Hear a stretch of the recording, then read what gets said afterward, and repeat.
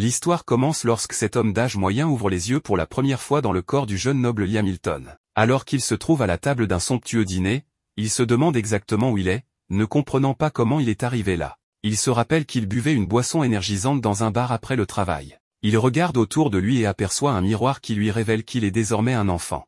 Le choc de cette révélation le fait crier, alarmant les adultes, y compris son père actuel, le chef de la famille Hamilton. Hamilton, profondément humilié par le comportement enfantin de Liam, lui rappelle que, bien qu'il soit seulement le cinquième fils et donc le moins significatif, il reste un membre de la respectable famille Hamilton et doit se comporter comme un noble en tout temps. Liam reste silencieux, ne comprenant rien à la situation ni à l'identité de cet homme. Voyant son malaise, la servante à ses côtés suppose qu'il est simplement contrarié par la réprimande de son père. Elle tente de lui remonter le moral en lui disant qu'il devrait être heureux que son père soit de bonne humeur, car cela aurait pu être bien pire. Elle explique également que son père est si joyeux car il vient d'avoir une fille après avoir eu plusieurs fils. Pour célébrer cette occasion, il a organisé cette fête pour l'anniversaire de sa fille. Lentement, Liam commence à comprendre qu'il joue le rôle du fils d'un noble. Il suppose qu'il s'agit d'un rêve étrange. Mais lorsqu'il s'endort en espérant se réveiller dans sa vie habituelle, il se réveille le lendemain matin toujours dans le corps de cet enfant. C'est alors qu'il réalise que ce n'est pas un rêve,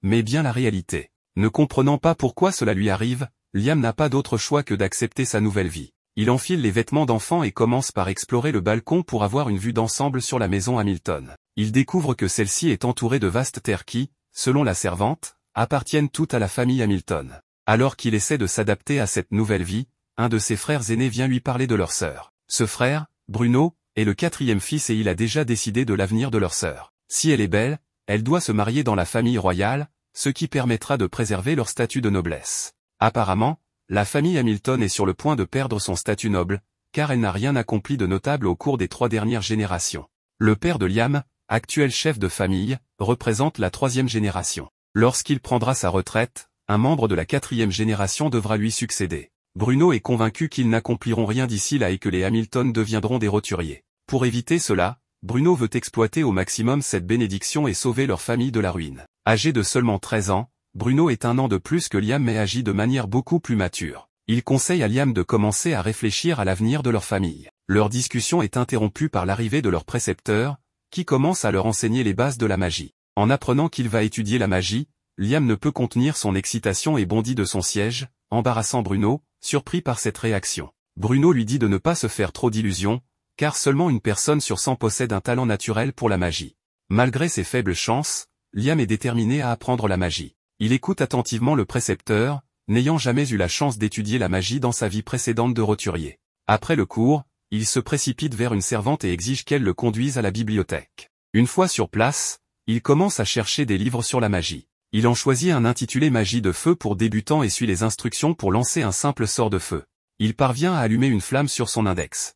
La servante est impressionnée et félicite le jeune maître pour avoir réussi à lancer un sort de feu. Désireux d'en apprendre davantage, Liam se rend au bureau de son père pour demander l'accès à des grimoires, les livres de sorts de la bibliothèque. Le comte, occupé par son travail, montre peu d'intérêt pour son 5e fils, mais il lui accorde la permission d'étudier des livres en dehors de la bibliothèque sans poser de questions. Avec l'autorisation de son père, Liam se met immédiatement au travail, saisissant quelques livres de la bibliothèque et apprenant tout ce qu'il peut. Peu de temps après, il apprend un nouveau sort appelé Lame de feu.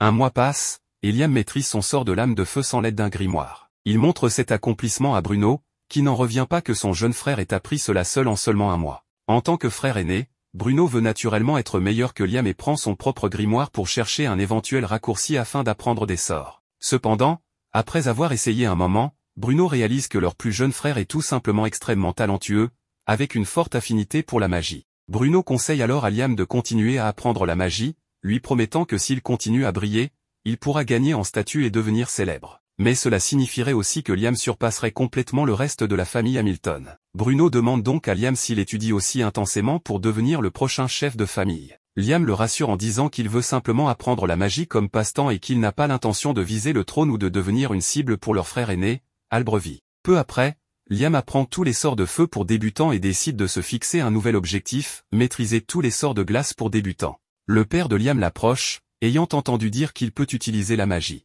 Voyant enfin une valeur en lui, il commence à s'intéresser à son 5e fils. Cependant, sceptique, il demande à Liam de lui démontrer son talent.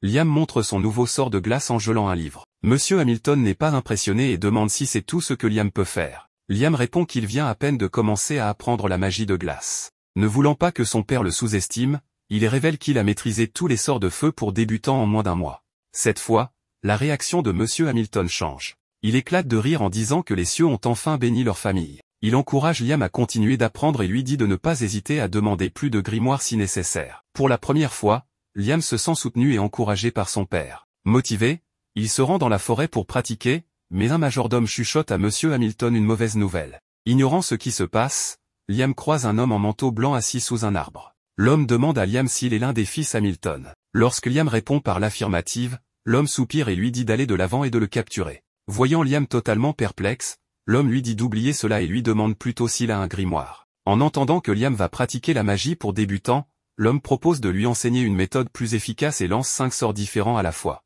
Fasciné, Liam demande à l'homme de lui apprendre comment faire. Appréciant le fait que Liam ne possède pas l'orgueil inutile de la plupart des nobles, l'homme accepte de lui montrer les bases.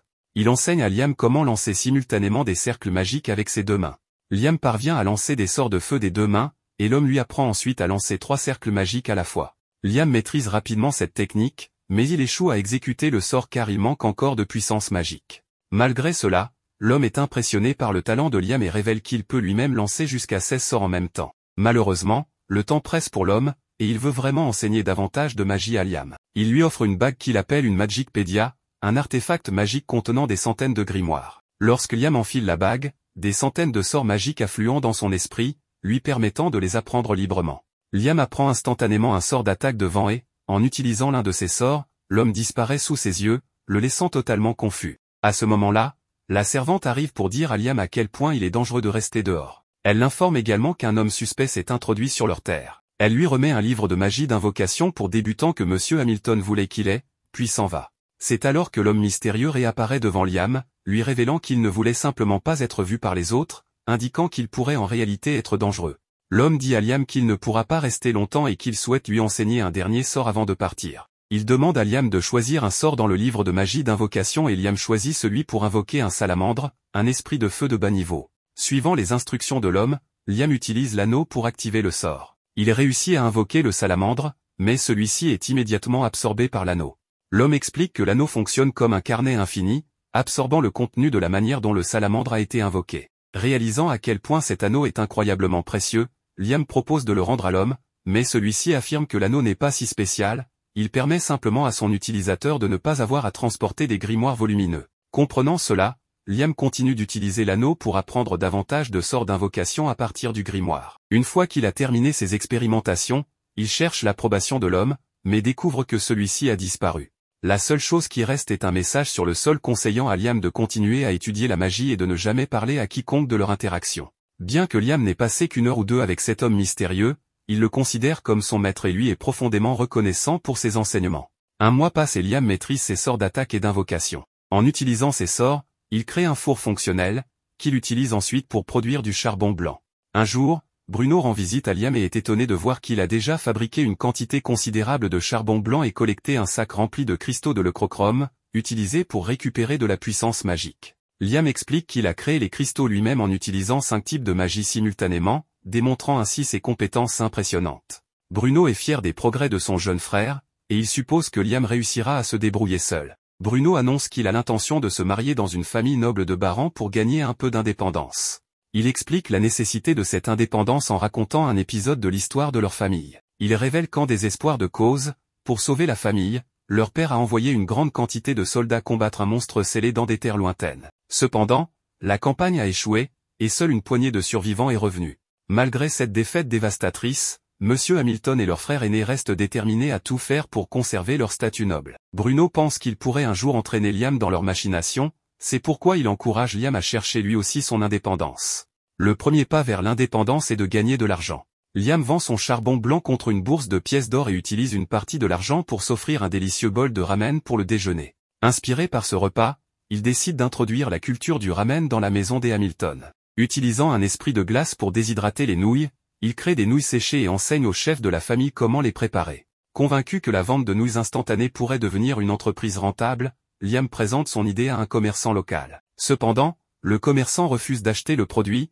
expliquant que seul le fils aîné des Hamilton, Albrevy, a l'autorité pour conduire des affaires au nom de la famille. Alors que Liam quitte le magasin, frustré, Albrevy sort d'une pièce à l'arrière, révélant qu'il a observé de près les progrès de son frère cadet. Jaloux des talents croissants de Liam, Albrevy déclare qu'il ne permettra plus à Liam d'agir librement.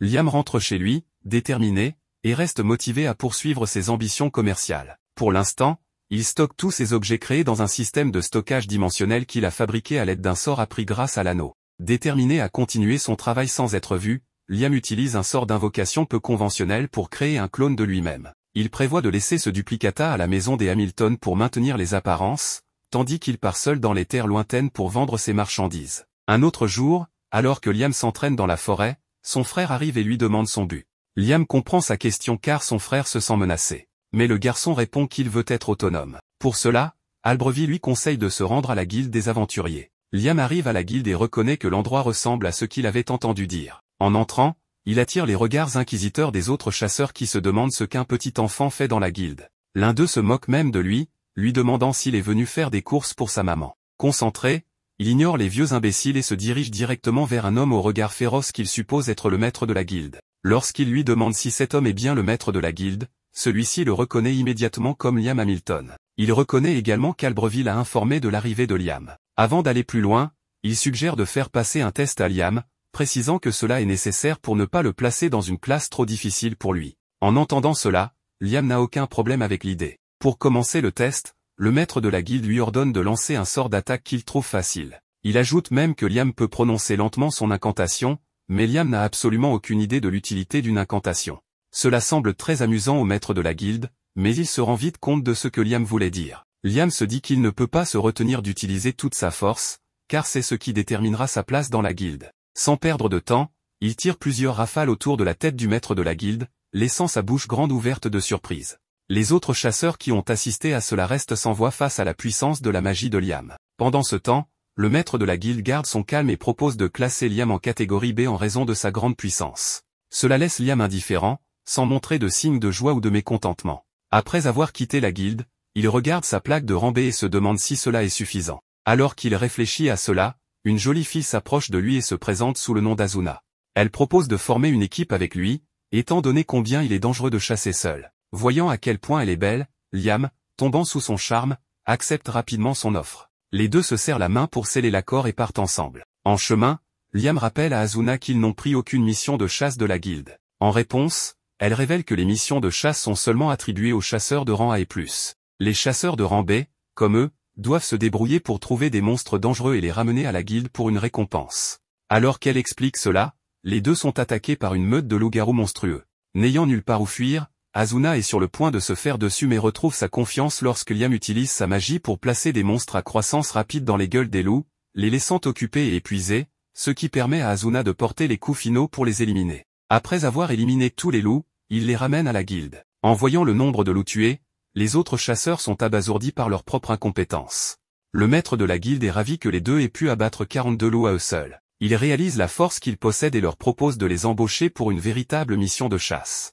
Ils sont chargés de chasser un grand monstre chenille avant qu'ils n'interrompent la visite d'un important visiteur prévu pour arriver en ville plus tard dans la journée. Tandis qu'Azuna est heureuse qu'ils aient décroché leur première mission, Liam est plus préoccupé par les pierres magiques trouvées dans les corps des monstres, ce qui les rend plus difficiles à combattre que les bêtes ordinaires. Lorsqu'ils affrontent le monstre, ils trouvent qu'il est difficile à abattre et sont épuisés. Liam essaie tous les sorts de son arsenal, mais rien ne semble fonctionner contre le monstre, ce qui le fait se sentir comme un homme ordinaire. Cela laisse Azuna dévastée, car elle s'attendait à ce que leur première mission soit facile. En pleine déception, elle se demande si un météore pourrait tomber sur le monstre. Cette idée semble excellente à Liam, qui élabore un plan pour éliminer définitivement le monstre. Il utilise Azuna comme appât pour attirer le monstre dans un endroit désert et invoque sa boîte à objets pour faire tomber un gros rocher sur celui-ci. Ils finissent par utiliser cette technique pour abattre 2 monstres chenilles et retournent à la guilde avec leur prise. En voyant cela, le maître de la guilde et les chasseurs sont une fois de plus choqués. Ils se demandent comment ils ont pu abattre 2 monstres en si peu de temps. Les autres chasseurs continuent de se demander comment ils ont pu abattre les monstres si rapidement. Pendant ce temps, Azuna tente de convaincre le maître de la guilde de leur offrir une récompense plus élevée, lui rappelant qu'il y aurait pu avoir un problème avec le visiteur important s'il n'avait pas trouvé le 2e monstre chenille. Prenant cela en compte, il leur propose de leur donner 5 fois la récompense initiale en argent. Cela ravit Azuna, mais Liam reste impassible à ce sujet. Plus tard dans la journée, tout le monde attend l'arrivée du visiteur important. Alors que Liam attend, son frère aîné vient le féliciter pour ses succès depuis son entrée dans la guilde. Il lui conseille de continuer sur cette lancée et part. En le voyant, Asuna imagine immédiatement qu'Albreville serait très rude, ce à quoi Liam acquiesce, car Albreville l'a toujours vu comme une nuisance. Sur une note plus positive, la personne importante arrive. En marchant parmi la foule qui le salue, il pose les yeux sur Liam et Asuna, et elle est frappée de stupeur par son regard. Plus tard dans la journée, Liam rencontre l'invité important, qui se présente sous le nom de James Stanley. Lorsque Liam se présente à son tour, James réagit comme s'il connaissait le père de Liam. Ne voulant pas s'attarder sur ce sujet, il cherche à savoir pourquoi Liam possède une bague qui appartenait à quelqu'un qu'il connaît, nommé Raymond. Il s'avère que Raymond était le maître de Liam. Au début, James tente de plaisanter en suggérant que Liam a volé la bague, mais en entendant Liam mentionner que Raymond était son maître, il se calme. Les deux commencent à discuter de l'époque où Liam était l'élève de Raymond, ce qui amuse beaucoup James. Il souhaite voir à quel point un élève de Raymond peut être puissant. Pour le découvrir, il demande à un de ses proches de se protéger contre le meilleur sort de Liam, espérant voir à quel point il est fort. D'ordinaire, Liam ne juge pas nécessaire de prononcer des incantations, mais il se souvient avoir lu quelque part que prononcer des mots pouvait rendre un sort plus puissant. Dans cet esprit, il utilise les noms de ses 3 chanteurs préférés comme incantation pour lancer des missiles magiques sur Simon, un des proches de James. Au début, on dirait que Simon parvient à bien se défendre, mais les missiles finissent par traverser son bouclier magique et l'évanouir. En voyant cela, James est très satisfait de l'efficacité des pouvoirs de Liam. Il lui propose de lui donner le titre de chevalier, pour lui donner la chance d'être indépendant de sa famille. Plus tard dans la journée, James fait de Liam un chevalier, comme il l'avait promis. Il espère que cela l'aidera à sortir de l'ombre de ses frères. Une fois le rituel de l'adoubement terminé, James cherche à en savoir plus sur le temps de Liam passé avec Raymond.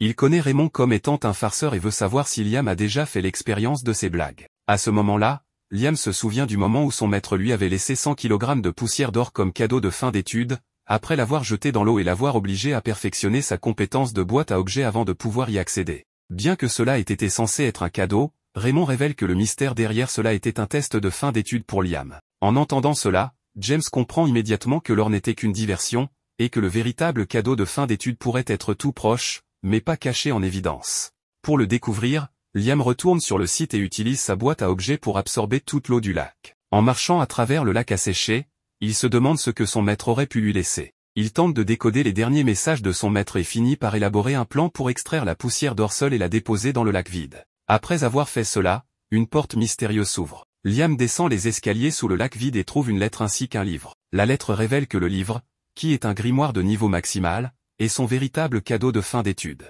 En prenant le livre, il se rend compte qu'il détient le pouvoir d'un autre monde. Curieux de découvrir ce que ce pouvoir renferme, il est déterminé à l'étudier pendant des heures. Il continue à pratiquer les sorts, mais cela ne donne aucun résultat favorable. Après plusieurs essais, il réussit enfin, et le sort révèle un énorme miroir. Liam entre dans le miroir et découvre un espace alternatif, dans un monde différent de celui du magicien. De plus, l'espace augmente à mesure qu'il devient plus puissant, car il peut y loger des gens, ce qui le rend plus efficace que la boîte à objets. Liam reste à imaginer les possibilités infinies de ce sort. Il est incroyablement reconnaissant envers son maître de lui avoir laissé quelque chose d'aussi puissant. Un mois plus tard, Liam et Asuna combattent une grande grenouille. Ils tentent d'utiliser des salamandres de feu contre elle, mais elles n'ont aucun effet. Cela irrite la grenouille, qui est prête à les attaquer avec de la foudre. Liam utilise ses pouvoirs du monde parallèle et emmène Asuna avec lui pour les protéger de l'attaque de la grenouille. Finalement, la grenouille perd connaissance, ce qui permet à Asuna de l'achever. Ils apportent la pierre magique de la grenouille à la guilde,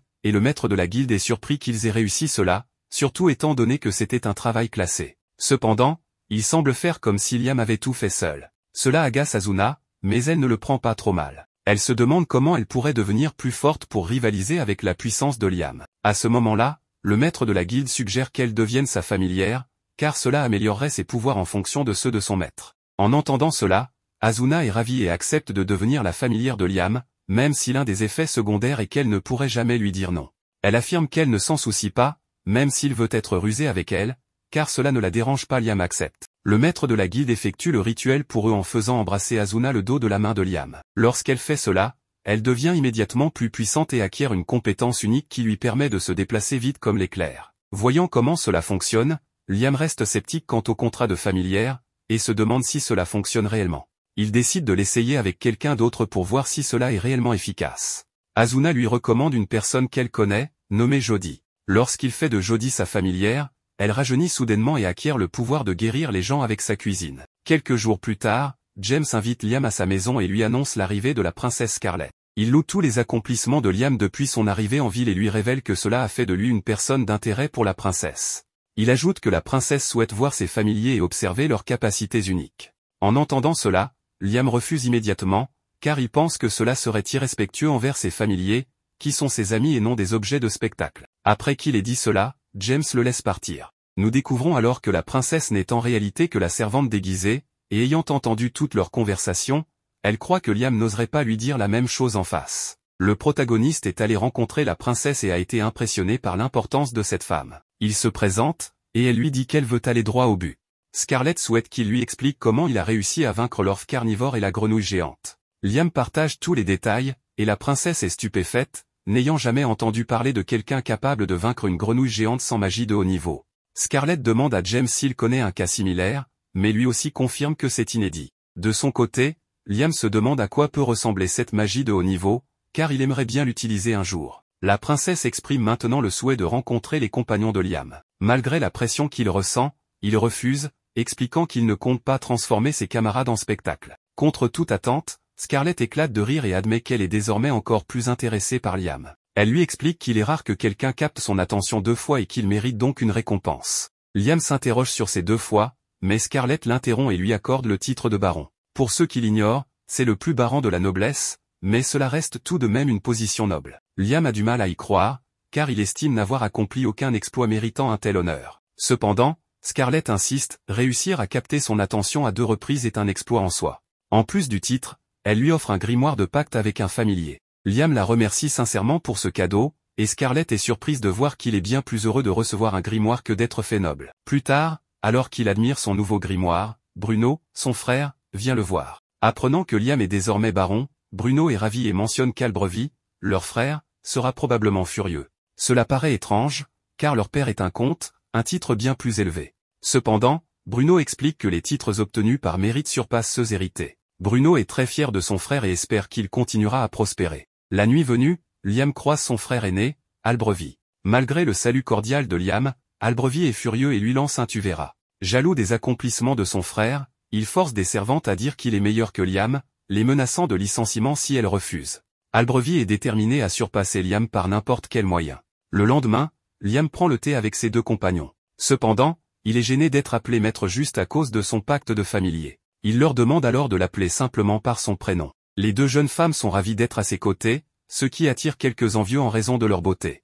Avec le pacte officiel signé, ils forment enfin un groupe et ne tardent pas à partir en forêt pour vivre quelques aventures. Alors qu'ils combattent plusieurs ennemis, on remarque qu'Azuna a beaucoup amélioré sa mobilité. De son côté, Jody sent que sa vision s'est énormément améliorée, ce qui est crucial pour un archer. Le protagoniste, ignorant ce changement, s'interroge. Il utilise alors un pouvoir spécial pour améliorer encore davantage la vision de Jody, atteignant un niveau incroyable. Azuna, intrigué, demande ce qu'il vient de faire. Liam lui explique qu'il a utilisé de la magie de renforcement sur les yeux de Jody. Surprise, la blonde lui demande de faire de même avec elle, mais il refuse, expliquant que ce n'est pas une bonne idée. Azuna insiste pour avoir une explication, et Liam lui détaille que bien qu'il soit possible de renforcer sa force, son corps en souffrirait. Par exemple, en frappant quelque chose, ses os risqueraient de se briser. En revanche, la vision ne présente pas ce genre de risque, car elle n'implique pas de choc physique. En tout cas, les résultats sont évidents, Jody voit beaucoup mieux.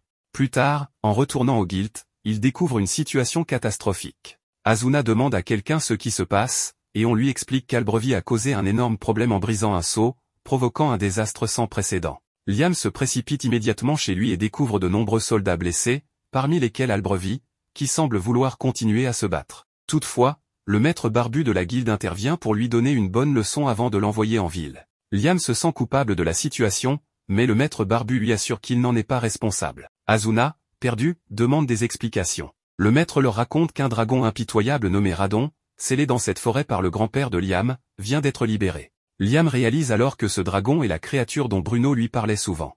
Il existe un moyen de recréer le sceau, et les personnes nécessaires sont déjà présentes. Cependant, il reste un problème, les radonnés mineurs, les rejetons du dragon, qui sont à l'origine du chaos actuel. Ces petits dragons, bien qu'impressionnants, ne sont rien comparés à leurs parents. Le dragon principal, après avoir été scellé si longtemps, aura besoin de quelques jours pour récupérer ses forces. Il est donc impératif de le sceller avant qu'il ne retrouve toute sa puissance. Malheureusement, ces rejetons viennent tout juste de surgir. Ces dragons sont extrêmement agressifs, et Asuna veut tenter de les affronter. C'est une tâche ardue, car leurs flammes sont extrêmement destructrices. Liam sait qu'ils sont en difficulté, d'autant plus qu'il y a 3 dragons à affronter. Il demande alors à Asuna d'utiliser sa vitesse pour s'éloigner avec Jody. Pendant ce temps, Liam invoque sa boîte à objets, convoque ses objets préférés et déclenche un sort nommé monde parallèle. Grâce à cela, il parvient à piéger les créatures dans une dimension parallèle. Il lance ensuite son grimoire dans sa boîte à objets, scellant ainsi les 3 créatures. Le maître barbu est impressionné que Liam ait pu, seul, vaincre les 3 dragons en un seul mouvement. Alors que les autres commencent à recréer le sceau pour enfermer Radon, Asuna et Jody reviennent pour demander à Liam comment il a fait. Il leur explique qu'il a utilisé son sort monde parallèle, qui crée un espace séparé. Comme il ne maîtrise pas encore parfaitement ce sort, tout ce qui entre dans cet espace disparaît lorsqu'il le désactive. Ces 2 personnes sont ravies d'avoir Liam à leur côté, le considérant comme quelqu'un d'incroyable. Soudain, une voix terrifiante résonne en appelant Liam. Il s'agit de Radon, le dragon, qui lui dit qu'il est un humain insignifiant mais doté d'une immense âme. Liam est surpris que le dragon impitoyable lui parle, et Radon est tout aussi étonné qu'on l'appelle ainsi. Il se demande si c'est ainsi que les humains modernes le nomment, bien que cela ne l'intéresse pas, car il est normal que son nom ait changé au fil des siècles. Radon demande alors au protagoniste qui il est réellement. Liam répond qu'il n'est qu'un simple humain, mais le dragon n'y croit pas, ressentant que l'âme et le corps de Liam ne sont pas en harmonie. Liam se demande si Radon a deviné qu'il est un adulte réincarné dans un corps plus jeune. Le dragon lui répond que, même s'il ne sait pas comment cela est arrivé, la vie de Liam sera certainement très intéressante. Liam a l'impression que le dragon lui a lu dans les pensées, mais Radon lui demande de le laisser l'accompagner, voulant observer sa vie de près. Hésitant, Liam écoute Radon, qui promet de ne pas lui faire de mal et même de l'aider, mais uniquement dans la mesure où cela sert ses objectifs. Après réflexion, Liam décide de lui faire confiance et lui demande sa force. À cet instant, une marque apparaît sur la main droite de Liam. Tout le monde est stupéfait, y compris Liam lui-même, qui ressent le pouvoir de Radon circuler dans son corps. En testant sa nouvelle puissance, Liam réalise qu'il peut lancer 11 sorts sans incantation. Poussé par cette découverte, il invoque les noms de ses chanteurs préférés pour maximiser son pouvoir et réussit à lancer 17 sorts en tout en gardant le contrôle. Cependant, cette démonstration affecte gravement les mages encapuchonnés environnants. Radon conseille à Liam de contenir son pouvoir, car il est trop écrasant pour eux. Heureusement, Jody et Asuna ne semblent pas affectés, peut-être en raison de leur lien en tant que familiers de Liam. Le maître barbu remercie Liam d'avoir éliminé la menace, mais ce dernier s'excuse pour les effets secondaires de sa nouvelle puissance. Se sentant responsable des souffrances causées par le combat, Liam offre 10 kg d'or pour couvrir les frais des blessés, en demandant de prioriser ceux nécessitant une longue convalescence. Le maître barbu est abasourdi, considérant ce geste comme une bénédiction. Dans son esprit, il commence à souhaiter que Liam devienne le chef des Hamilton pour le bien de tous.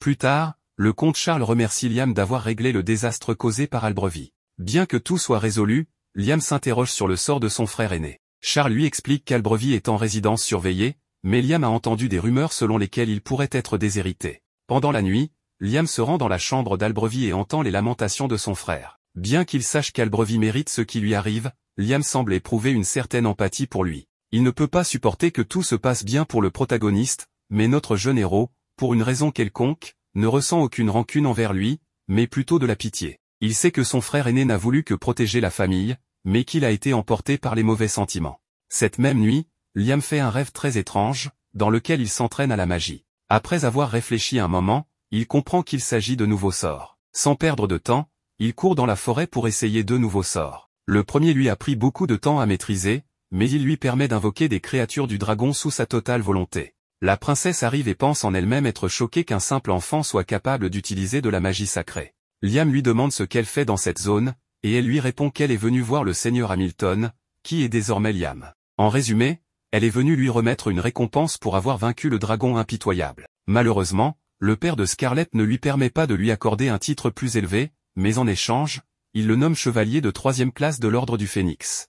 Liam hésite à accepter ou non, mais elle insiste, car le peuple a besoin de la tranquillité d'esprit, sachant que le dragon a été vaincu et qu'un héros existe. En y réfléchissant, Liam ne trouve pas cela si mal, mais elle veut maintenant savoir comment il a vaincu le dragon, car selon la méthode, elle pourrait le déclarer héros du royaume. Liam sent qu'il doit tout lui expliquer pour apaiser les choses. De bonne foi, il commence à le faire, mais l'expression de Scarlett lorsqu'elle entend la suite le terrifie, elle n'arrive pas à croire ce qu'il vient de dire. Elle se rend compte que ce qu'elle a vu tout à l'heure était de la magie sacrée, mais ce qu'elle vient d'entendre prouve le contraire. Elle lui demande de ne raconter cela à personne avant d'avoir de nouvelles informations. Le lendemain, la princesse envoie à Liam 3000 pièces d'or, une somme totalement démesurée, à vrai dire. James discute avec le protagoniste et veut savoir si ce dernier peut vraiment utiliser la magie sacrée. Le jeune héros sait qu'il ne doit rien révéler, car la princesse a payé cher pour son silence. Cependant, James, avec son expérience, commence à soupçonner que la princesse cache quelque chose et veut en avoir le cœur net. Il a lu dans un rapport que le gigantesque dragon s'est transformé en lumière et s'est introduit dans le corps de Liam. Ne pouvant plus garder le secret, Liam finit par avouer qu'il peut désormais utiliser certains sorts de magie sacrée. Pour prouver ses dires, il montre le sort Clear, qui élimine tout état altéré, comme une purification. James, impressionné, lui demande s'il connaît la guerre des 3 dragons. N'en ayant jamais entendu parler, Liam écoute attentivement. James raconte qu'autrefois, 3 dragons se sont affrontés, mais un seul a triomphé grâce à l'usage de la magie sacrée. Ce dragon vainqueur s'est uni à une humaine, qui a utilisé la magie sacrée pour fonder une nation, celle où il se trouve actuellement. Initialement, on pensait que cette union signifiait la fondation d'une famille, mais James commence à croire que ce n'est pas le cas. Il pense que Liam, en étant lié au dragon, revit ce qui s'est passé à la fondation de la nation. James partage ses inquiétudes, notamment concernant les Hamilton, et plus particulièrement le père de Liam. Les Hamilton ont été déclarés nobles pour avoir scellé un dragon autrefois perçu comme une menace. Mais si ce dragon est en réalité l'ancêtre de la nation, leur titre pourrait être révoqué. James ajoute qu'un danger encore plus grand serait que le dragon, rempli de colère, cherche à se venger, ce qui plongerait la nation dans le chaos. Cependant, le dragon a dit à Liam qu'il se moquait de l'opinion des humains et qu'il recevrait un nouveau nom dans quelques siècles. Il a également avoué s'intéresser à la vie de Liam, ce qui rassure James, car cela signifie que la nation ne devrait pas être en danger. James conclut que grâce à cette situation, tout le monde peut se sentir en sécurité, et Liam pourrait même être vu comme le sauveur de la nation. En marchant, Liam réfléchit à la possibilité de préparer à l'avance les sorts qui prennent du temps à s'activer. Plus tard, il retrouve ses 2 camarades, qui lui annoncent qu'il y a de nombreuses demandes pour rejoindre leur groupe. Sa renommée, due à la défaite du dragon, attire beaucoup de monde, et il devra choisir parmi une liste de candidats en tant que chef de groupe. De retour chez lui, une de ses camarades lui annonce qu'il a reçu des propositions de mariage, y compris une recommandation de Bruno, qui lui présente le profil d'une jeune fille, parente de sa femme.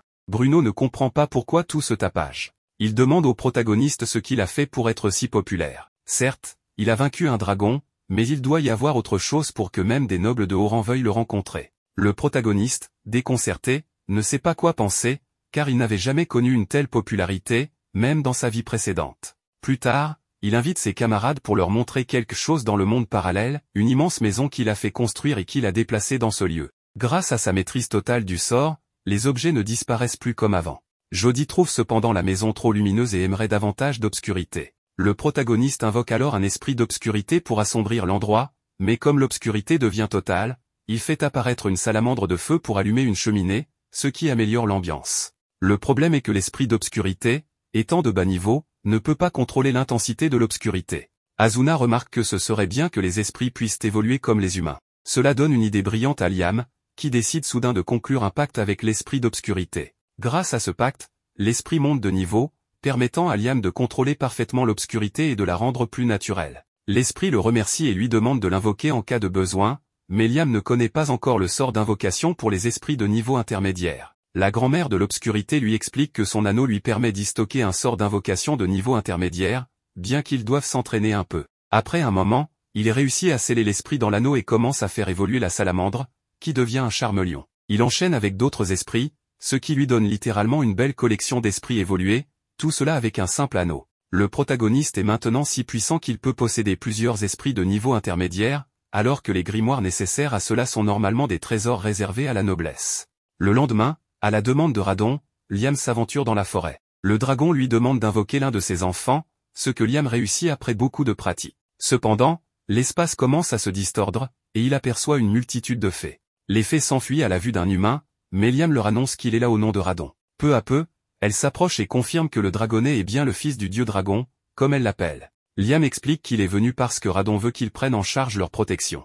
En effet, les ailes de fées, très recherchées par les humains, les mettent en danger constant. Le dragon les protégeait autrefois avec une barrière, mais cette responsabilité incombe désormais à Liam. Radon lui conseille de donner un nom aux fées, car les humains ont un talent particulier pour cela. Liam accepté, par un pacte de familier, nomme la fée aux cheveux verts Rena. Contre toute attente, Rena évolue en une elfe. Radon, surpris, explique que nommer les créatures par un pacte multiplie leur puissance magique. Il conseille à Liam de donner un nom aux êtres avec qui il forme des pactes. Liam trouve cela judicieux. Les autres fées réclament aussi un nom, et Liam, tel un prêtre, commence à les baptiser une par une. À la fin, une véritable communauté d'elfes, désormais ses familiers, s'est formée. Elle lui demande ce qu'elles peuvent faire pour lui, prête à lui obéir en tout.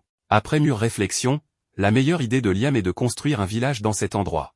Il nomme Rena comme chef, car les habitants auront besoin d'un leader pour rester unis. La fée aux cheveux verts le remercie chaleureusement et promet de tout faire pour rendre son maître, en l'occurrence Liam, fier d'elle. Liam, épuisé après avoir utilisé autant de magie, ressent soudain une puissante énergie magique dans la forêt. En enquêtant, il découvre que cette énergie provient d'un arbre. Il demande alors à Rena ce que c'est.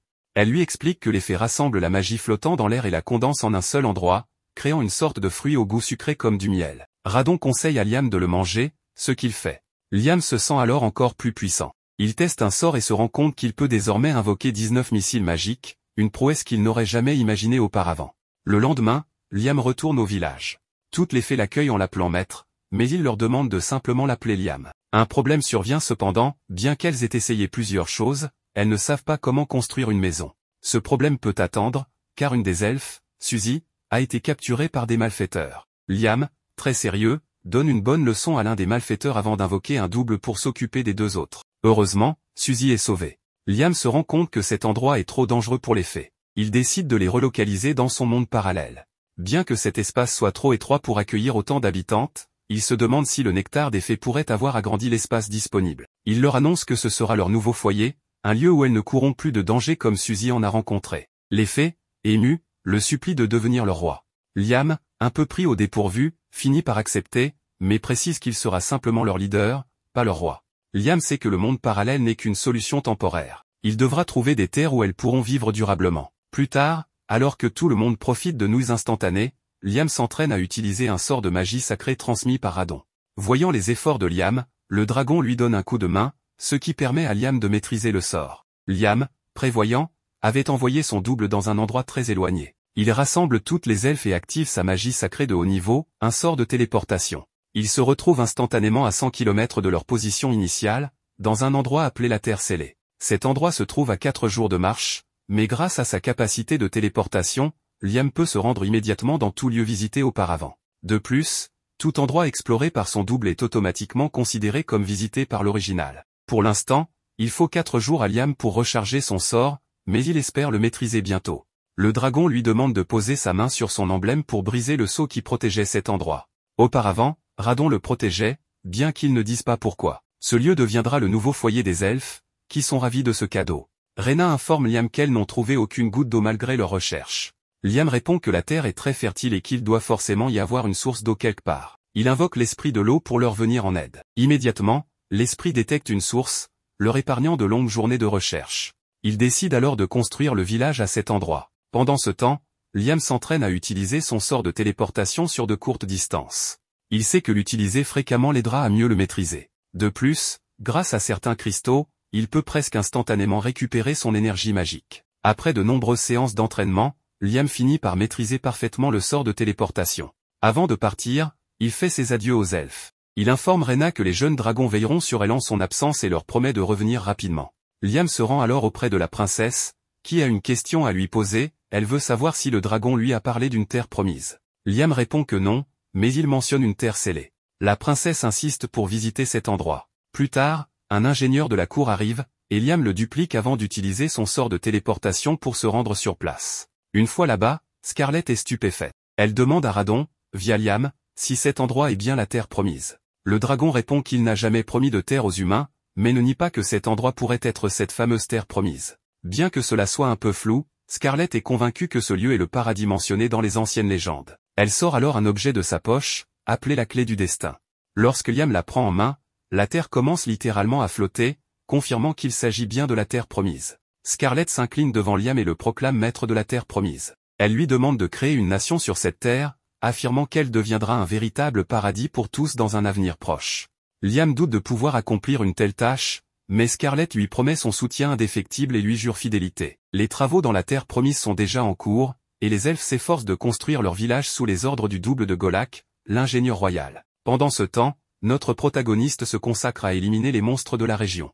La princesse l'observe, émerveillée par sa puissance, et ne cesse de l'appeler maître. Liam lui demande pourquoi elle n'est pas à la capitale, mais une surprise l'attend, elle lui demande d'arrêter de la traiter comme une altesse, car elle est désormais sa servante. On raconte que la famille maternelle de Scarlett possède du sang de dragon, ce qui signifie qu'elle doit servir le grand dieu dragon Radon. Radon ordonne à Liam de conduire Scarlett dans un endroit situé au nord. À leur arrivée, ils découvrent des ruines avec des inscriptions étranges et un gardien métallique prenant la forme de Radon. Le dieu dragon demande à Liam de vaincre ce gardien. Sur son front est gravé un mot en langue ancienne. Radon lui explique qu'en effaçant une lettre, le mot deviendra obéissance. Scarlett indique à Liam qu'il s'agit de la deuxième lettre en partant de la droite. Liam s'exécute, et cela fonctionne, le gardien obéit désormais à Scarlett grâce à son sang de dragon. Scarlett décide de rester avec le dragon de métal pour soigner une blessure, bien que cela semble étrange puisqu'il est en métal. Liam retourne au village, où il remarque de la fumée. Les elfes l'informent qu'ils ont été attaqués par des loups-garous. Peu après, ces derniers arrivent, furieux que leur terre sacrée ait été envahie. Leur chef menace de tuer tout le monde s'ils ne quittent pas les lieux. Liam tente de négocier, mais le chef l'attaque. N'ayant pas d'autre choix, Liam l'immobilise et invoque un dragonnet pour comprendre les raisons de cette attaque. Le loup, surpris, explique que les loups-garous ont toujours vécu ici et chassent les intrus sur ordre du dieu dragon.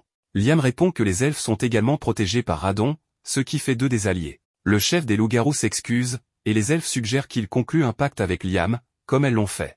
Liam accepte et découvre que le loup, nommé Chris, est en réalité une femme. Après un repos bien mérité, Liam remarque que Chris et les autres loups-garous, désormais évolués, travaillent dur pour faire progresser le village. Chris s'approche de manière affectueuse pour lui annoncer qu'il répare les dégâts qu'ils ont causés auparavant. Liam réfléchit à la possibilité de réparer certaines choses avec la magie, mais il n'a pas de sort pour cela. Radon lui conseille de créer un nouveau sort en visualisant ce qu'il souhaite et en persévérant. Inspiré, Liam développe le sort mémoire persistante, qui permet à certains objets de conserver des formes ou des états spécifiques. Même Radon est impressionné par la rapidité de Liam à maîtriser cette nouvelle magie. Encouragé, Liam travaille sur une version améliorée de missile magique qu'il appelle Power Missile. Radon lui conseille de continuer à créer de nouveaux sorts et d'explorer le monde. Il suggère également de fonder une nation, car cela lui enseignera beaucoup. Cependant, Liam semble plus intéressé par l'origine de la magie, comment la première personne à l'avoir utilisée l'a-t-elle créée?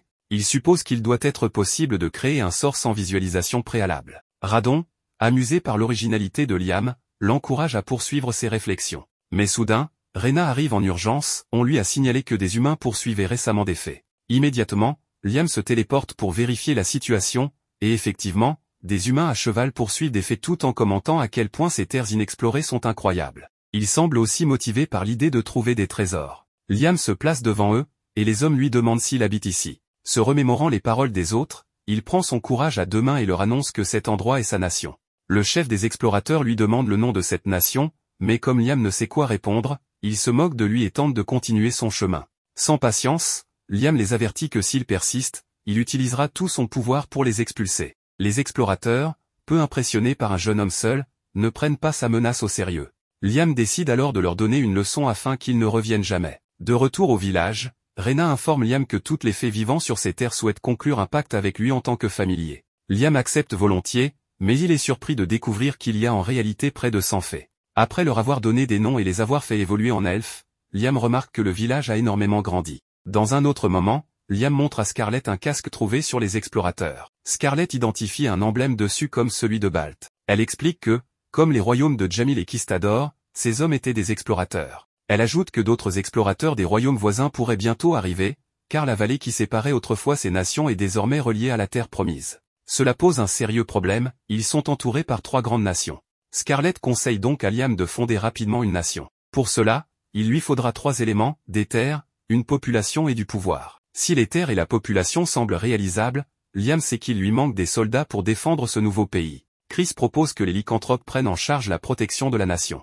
Scarlett leur demande de faire preuve de stratégie, en utilisant leur force de manière judicieuse pour s'assurer que les autres nations choisissent de devenir des alliés plutôt que des ennemis. Le lendemain, un noble nommé Leonardo Berkeley arrive de Jamil. Il annonce que son royaume souhaite une alliance avec Liam et, pour sceller ce pacte, propose la main de la princesse Scarlett. Liam trouve cette offre trop parfaite pour être honnête et doute que Leonardo connaisse réellement Scarlett, qui se tient juste devant lui. Face à cette situation complexe, Liam invente un nouveau sort, la télépathie, qui lui permet de communiquer avec Scarlett par la pensée. Il lui demande si elle pense qu'il doit accepter la proposition. Scarlett lui répond que, même si cela cache peut-être une intention douteuse, l'important est de gagner du temps pour consolider leur nation.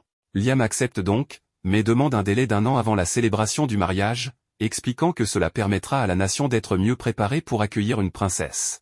Leonardo accepte et promet de transmettre ce message au roi de Jamil. Peu après, Liam et son clone utilisent la téléportation pour visiter la demeure de Scarlett dans la capitale. Liam n'y est jamais allé, mais son double l'avait déjà visité avec Scarlett, lui permettant ainsi d'utiliser cette capacité. Scarlett, après avoir confirmé qu'il s'agissait bien du vrai Liam, l'accueille dans son manoir. Liam, curieux, admet qu'il aimerait explorer la capitale, mais Scarlett lui rappelle qu'en tant que dirigeant d'une autre nation, il ne peut pas se permettre d'être vu ainsi. Alors qu'il se prépare à prendre un thé, Liam sent quelque chose d'étrange, c'est comme si Radon était présent dans cet endroit. Le dragon confirme que oui, bien que ténu, son pouvoir est présent dans cet endroit. Liam interroge Scarlett pour savoir si quelque chose lié à Radon se trouve ici.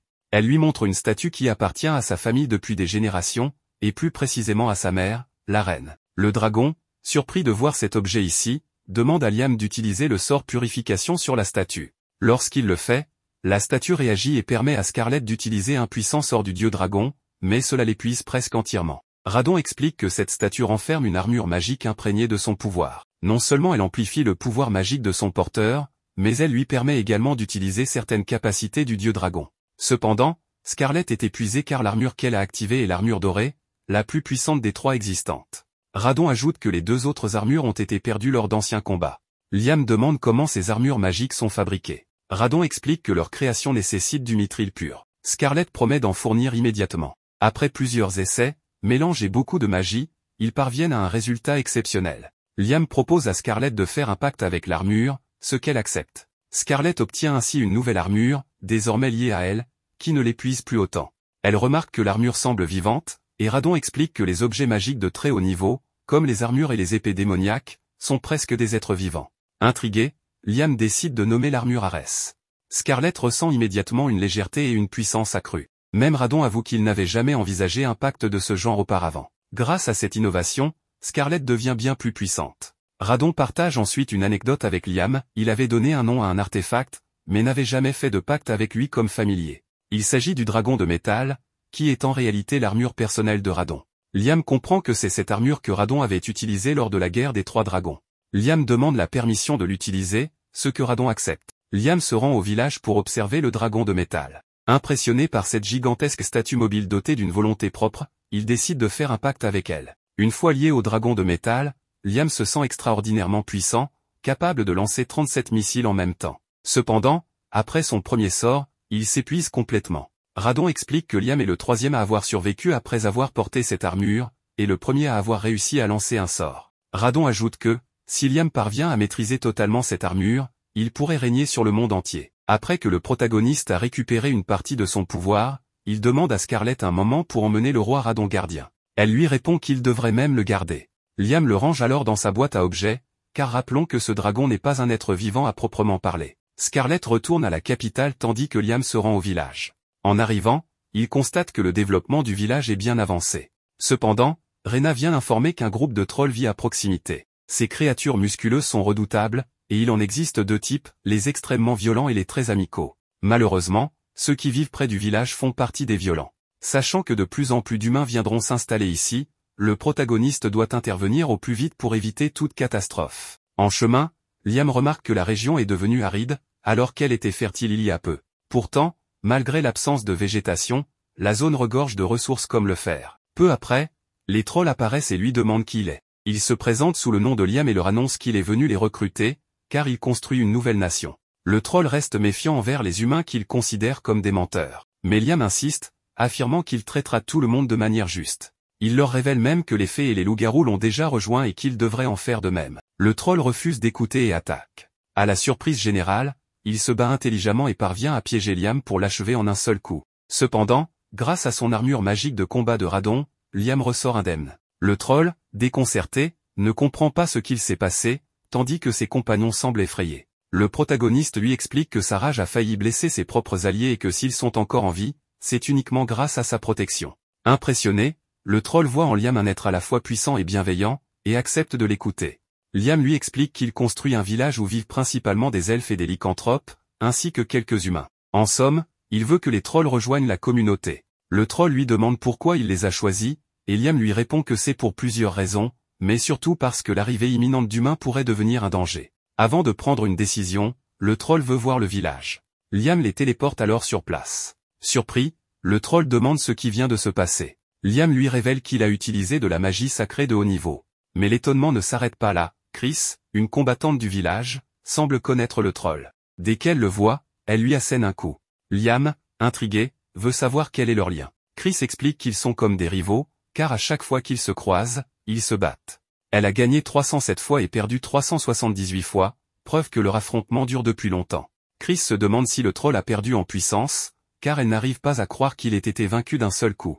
Mais Liam précise que c'est elle qui est devenue plus forte après avoir évolué. Ravi, Chris conseille alors au troll de conclure un pacte avec Liam. Plus qu'un simple conseil, c'est un ordre, car le perdant d'un combat doit obéir au gagnant. Le troll n'a pas d'autre choix que d'accepter. Liam accepte de conclure le pacte, et le troll, désormais baptisé Guy, évolue en une version plus petite, mais beaucoup plus puissante. Sans attendre, Guy engage aussitôt un combat avec Chris. Liam se rend compte que leurs attaques sont si puissantes qu'un simple humain ne pourrait pas y survivre. Chris, de son côté, possède des coups extrêmement rapides et précis. Toute la communauté assiste à cet affrontement de très haut niveau. Les autres trolls sont sous le choc, car leur chef est en réalité un légendaire troll, une évolution rare des trolls. Liam ne perd pas de temps et donne un nom à tous les autres trolls, leur conférant ainsi un pouvoir défensif et offensif considérable, ce dont le village avait urgemment besoin. Le lendemain, les trolls se mettent à récolter des roches riches en minerais pour que Liam puisse les extraire. Il invoque alors la salamandre et son champignon pour faire le travail. En plus d'abondantes réserves de fer, il découvre aussi de l'argent, de l'or et un peu de cuivre. Cependant, Liam espérait trouver davantage de mithril, mais il n'en a obtenu qu'une infime quantité. Radon lui rappelle que le mithril est un métal extrêmement rare dans le monde humain. Liam est un peu déçu, car il comptait l'utiliser pour fabriquer des armures en série exclusivement en mithril. Il demande alors à Radon si l'utilisation du mithril est vraiment indispensable. Le dragon lui confirme que oui, car aucun autre métal n'égale sa solidité. Malgré tout, Liam ne veut pas abandonner. Il va donc tenter quelque chose de supplémentaire. Radon l'avertit que l'utilisation d'un autre métal ne mènera qu'à un échec total, mais Liam lui répond que cela lui est complètement égal, car échouer n'est pas un drame, et il est prêt à le faire autant de fois que nécessaire jusqu'à obtenir ce qu'il veut. Radon ne peut s'empêcher de rire, car il sait qu'il a raison d'une certaine manière, et il est heureux que Liam reste quelqu'un d'aussi intéressant. Le protagoniste demande alors à Gnome, le petit champignon, de fabriquer un moule, puis d'y verser le fer fondu. Vient ensuite son tour d'agir, il va baigner le métal dans la puissance magique de Radon. En y repensant, il se souvient que lorsqu'il a donné un nom à l'armure de Scarlett, celle-ci est devenue bien plus puissante. Il décide donc d'en faire de même ici et la nomme Apollon, en hommage au soleil. C'est ainsi qu'il en sort un objet brillant comme un véritable astre. Pourquoi? Parce que Liam a pensé que créer un moule en accord avec le nom choisi la rendrait plus puissante, et il avait raison. Il vient tout juste de créer la première armure magique en fer. Radon est sans voix, car Liam ne cesse de le surprendre. Dans l'après-midi, Liam est un peu attristé, car il prévoyait de créer de nombreuses armures. Mais, évidemment, il ne peut pas utiliser le même nom pour toutes. C'est ironique, avoir autant de fer et de magie, mais manquer d'imagination pour trouver plus de noms. Après une nuit de dur labeur, il parvient à créer un total de 15 armures. Il en donne 5 aux elfes, 5 aux lycanthropes et 5 aux trolls. Cependant, comme toujours, ces deux derniers groupes se disputent. Liam pense pourtant qu'il devrait former une excellente équipe, car il possède à la fois la vitesse et la force pour vaincre des groupes entiers d'ennemis. Soudain, tout le monde ressent la présence d'étrangers, il s'agit d'humains venus capturer des elfes. Ces types ne s'attendaient pas à tomber sur de telles merveilles et comptent clairement les vendre pour mener une vie de luxe. Il ordonne aux elfes de ne pas bouger. Liam commence à s'énerver, mais Rena veut s'occuper de la situation elle-même. Elle appelle Mina, une elfe aux cheveux roses, pour éliminer les bandits. Et elle s'avère suffisamment forte pour les anéantir en quelques secondes à peine. Liam est sincèrement impressionné.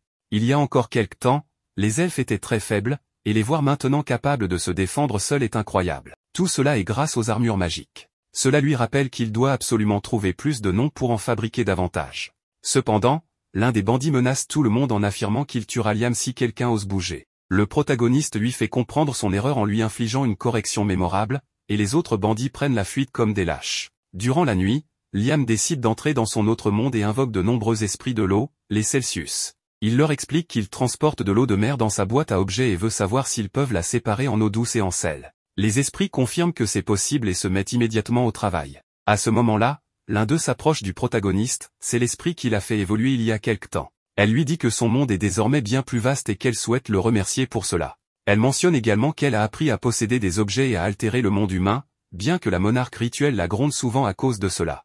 Liam ne connaissait pas cette monarque et lui demande ce qu'elle entend par posséder des objets. L'esprit lui explique qu'un esprit de niveau intermédiaire peut posséder un objet de façon illimitée. D'ailleurs, dans ce monde, il existe de nombreuses armes et armures habitées par des esprits. Le protagoniste décide alors de lui donner encore plus de pouvoir et la renomme Celsius Zero. Ensuite, il invoque 2 autres esprits pour forger une nouvelle armure inspirée de Celsius Zero. Enfin, cette dernière prend possession de l'armure, la rendant bien plus puissante qu'elle ne l'était auparavant. Le lendemain, Liam distribue aux autres les armures prototypes. Elles sont bien plus puissantes que prévu, ceux qui les portent se sentent 10 fois plus forts que la veille. Désormais, il pourrait défendre tout le monde contre n'importe quel ennemi. Cependant, ces armures consomment énormément d'énergie, ce qui signifie qu'il faudra un entraînement intense pour les maîtriser à 100%. Le protagoniste est maintenant convaincu que s'il peut créer davantage d'armures possédées par des esprits de niveau intermédiaire, son peuple deviendra incroyablement fort et n'aura plus à s'inquiéter de sa défense. Mais Radon pense tout le contraire, car avec des armures et des unités aussi puissantes, ils n'auront pas seulement les moyens de se défendre mais aussi de conquérir d'autres nations.